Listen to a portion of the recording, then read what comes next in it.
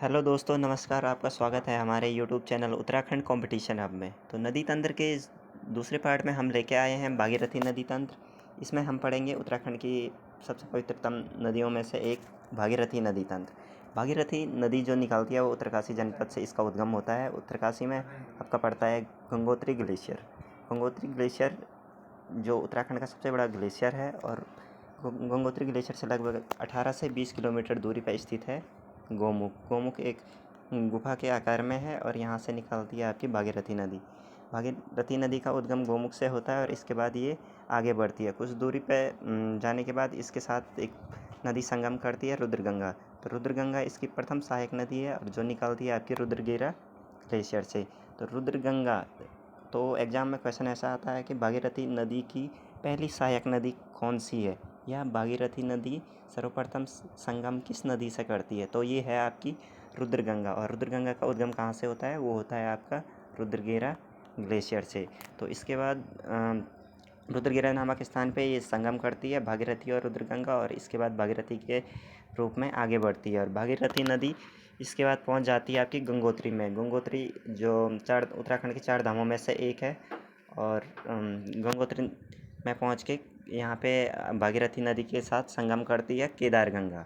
दूसरी है केदारगंगा जो भागीरथी के साथ संगम करती है। और केदारगंगा का उद्गम कहाँ से होता है, वो होता है आपका केदारताल से। केदारताल से निकलते हुए गंगोत्री में पहुँचती है केदारगंगा, और यहाँ भागीरथी के साथ संगम करती है गंगोत्री में। उत्तराखंड के 4 धामों में से एक है गंगोत्री। और गंगोत्री के बाद भागीरथी नदी आगे बढ़ती है और धीरे धीरे ये आगे बढ़ते हुए ये पहुंच जाती है आपकी भैरव घाटी के लंका नामक स्थान पे। भैरव घाटी के लंका नामक स्थान पे ये पहुंच जाती है। तो यहाँ पे भागीरथी और जाड़ गंगा, या इसको जाह्नवी नदी भी कहते हैं, भागीरथी और जाड़ गंगा या भागीरथी या जाह्नवी का संगम कहाँ पे होता है, तो वो होता है आपका लंका में। ये भी उत्तरकाशी जनपद में पड़ता है। और जाड़ गंगा या जाह्नवी नदी का जो उद्गम होता है वो आपके उत्तरकाशी के थांगला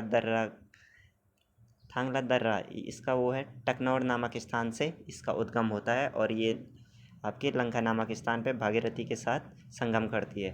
और लंका में संगम करने के बाद भागीरथी के रूप में ये आगे बढ़ती है और ये झाला नामक स्थान पे पहुंच जाती है। झाला नामक स्थान पे पहुंचने पर यहाँ पे एक नदी और संगम करती है, उसका नाम है सिया गंगा। तो सिया गंगा और भागीरथी का जो संगम होता है वो होता है आपके झाला नामक स्थान पे। तो झाला में संगम करने के बाद ये भागीरथी नदी आगे बढ़ती है और ये फिर आगे पहुंच जाती है आपके गंगोरी नामक स्थान पे। और गंगोरी में इसके साथ डोडीताल से निकलते हुए अस्सी गंगा संगम करती है। तो अस्सी गंगा काफ़ी सुर्खियों में रहती है। बरसात के टाइम पे बार बार इसमें बाढ़ आती रहती है। तो ये भी उत्तरकाशी में है। तो अस्सी गंगा का संगम कहाँ पे होता है, भागीरथी और अस्सी गंगा का संगम होता है गंगोरी में। और अस्सी गंगा का जो उद्गम होता है वो होता है आपके डोडीताल से। डोडीताल भी आपका ये उत्तरकाशी में पड़ता है और यहाँ से संगम होता हुआ अस्सी गंगा निकलती है और गंगोरी नामक स्थान पे उत्तरकाशी में इसका संगम हो जाता है। फिर भागीरथी के रूप में नदी आगे बढ़ती है और ये पहुंच जाती है यहाँ पे मेन उत्तरकाशी के समीप। और मेन उत्तरकाशी के समीप इसके साथ संगम करती है वारुणी गंगा या वरुणा नदी। वरुणा नदी भी कहते हैं और वारुणी गंगा भी उसी का नाम है। तो वारुणी गंगा या वरुणा नदी और भागीरथी का संगम उत्तरकाशी के समीप होता है और ये भागीरथी के रूप में आगे बढ़ती है। और आगे बढ़ते बढ़ते हुए ये टिहरी जनपद में प्रवेश कर जाती है। ये आपको हल्की डॉट लाइन दिख रही होगी, तो इसका मतलब है ये उत्तरकाशी जनपद से बाहर आ जाती है और ये पहुंच जाती है आपकी टिहरी गढ़वाल में।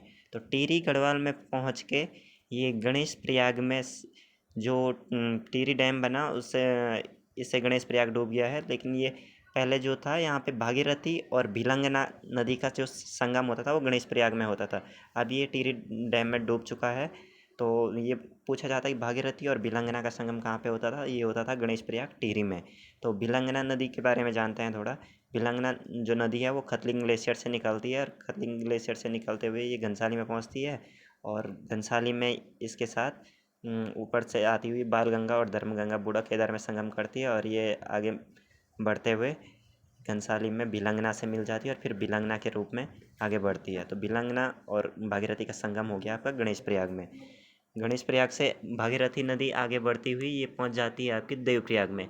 और ये आप लोगों ने सुना ही होगा, ऊपर से नीचे के क्रम में चले तो देवप्रयाग उत्तराखंड के 5 प्रयागों में 5वां प्रयाग है और ये काफ़ी महत्व रखता है अपने आप में। देवप्रयाग में अलकनंदा और भागीरथी का संगम होता है। जो अलकनंदा स्वतोपंत ताल से निकलती है, जो हमने फर्स्ट वीडियो में पढ़ाया था, नदी तंत्र का पहला पार्ट इसी से है और आप अलकनंदा नदी तंत्र को भी देख सकते हैं।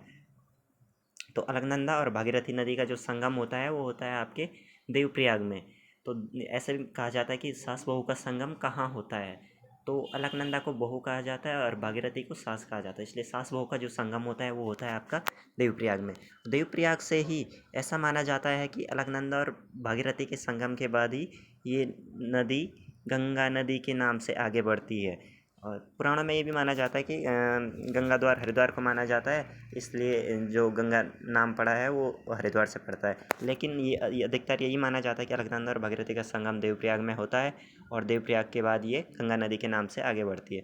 तो भागीरथी जो नदी है ये काफ़ी बड़ी नदी है, जो उत्तरकाशी के गोमुख ग्लेशियर से निकलते हुए और देवप्रयाग तक कुल कितनी दूरी तय करती है, ये लगभग 205 किलोमीटर की दूरी तय करती है।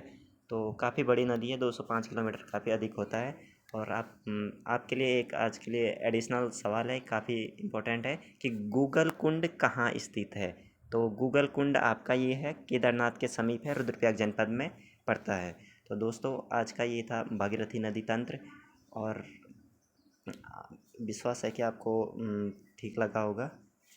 तो हमारे चैनल से जुड़े रहें और आने वाली वीडियो को सबसे जल्दी पाने के लिए आप चैनल को सब्सक्राइब करते रहें। ठीक है, थैंक यू।